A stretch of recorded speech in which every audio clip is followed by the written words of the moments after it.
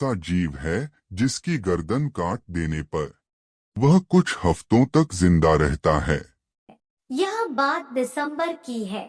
बहुत कड़कड़ाती सर्दी पड़ रही थी।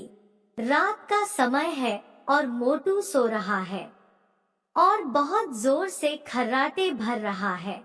मोटू के खर्राटे की वजह से पतलू को नींद नहीं आ रही, लेकिन कुछ समय बीतने के बाद पतलू की सो जाता है।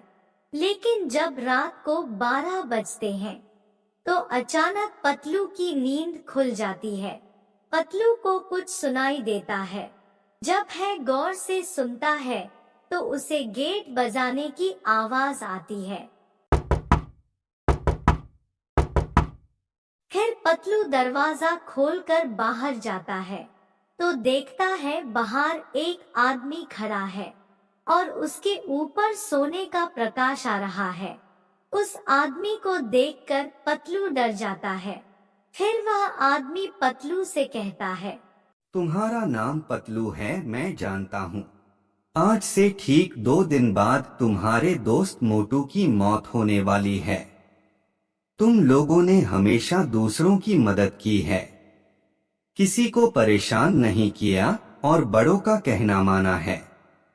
तुम दोनों बहुत अच्छे आदमी हो, इसलिए मैं तुम्हें यह बताने आया हूँ। 2 दिन बाद मोटू की मौत हो जाएगी। यह सुनकर पतलू बहुत जोर से रोने लगता है। बाबा, मोटू के बिना मैं भी मर जाऊंगा। मोटू से मैं बहुत प्यार करता हूँ। मोटू मेरे बचपन का बहुत अच्छा दोस्त है। आप कोई उपाय बताइए, कोई तो उपाय होगा मोटू की जान बचाने का।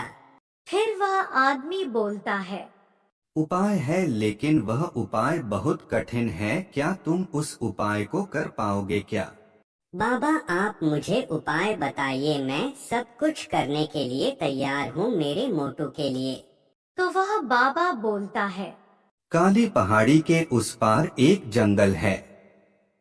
उस जंगल में तुम्हें एक घर मिलेगा और उस घर में एक तांत्रिक बाबा रहता है। वह तुम्हारी कुछ मदद कर सकता है। उसके पास एक जादुई पत्थर है। अगर वह पत्थर मोटू के ऊपर लाकर रख दो तो मोटू मरने से बच जाएगा। और मैं तुम्हारी दोस्ती देखकर बहुत खुश हुआ, तो मैं तुम्हें मेरी शक्ति से सीधा उस जंगल में पहुंचा देता हूँ, जहाँ तुम्हें वह तांत्रिक मिलेगा। फिर वो बाबा पतलू को अपने जादू से उस जंगल में पहुंचा देता है। पतलू जंगल में तांत्रिक को ढूंढता है और उसे तांत्रिक का घर मिल जाता है। फिर पतलू तांत्रिक से मिलकर तांत्रिक को सारी बात बता देता है। फिर तांत्रिक बोलता है, लेकिन तुम्हें मेरे एक सवाल का जवाब देना पड़ेगा। अगर तुम्हारा जवाब सही निकला तो मैं तुम्हें वह पत्थर दे दूंगा। फिर पतलू बोलता है, मैं आपके सवाल का जवाब दूंगा, बस आप मेरे मोटू को बचा लीजिए कैसे भी करके। आप अपना सवाल पूछिए। ऐसा कौन सा जीव है जिसकी गर्दन काट देने पर वह कुछ हफ्तों तक जिंदा रहता है? फिर पतलू सोच में पड़ जाता है।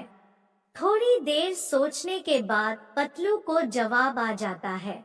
फिर पतलू बोलता है, आपके सवाल का जवाब कॉकरोच है, क्योंकि कॉकरोच ही ऐसा जीव है जिसका सर काटने पर कुछ हफ्तों तक वही जिंदा रहता है। पतलू का यह जवाब बिल्कुल सही था। तांत्रिक पतलू से खुश होकर उसे वह पत्थर दे देता है। फिर पतलू मोटू के पास जाकर उसके ऊपर वह पत्थर रख देता है। इस तरह पतलू ने मोटू की जान बचा ली।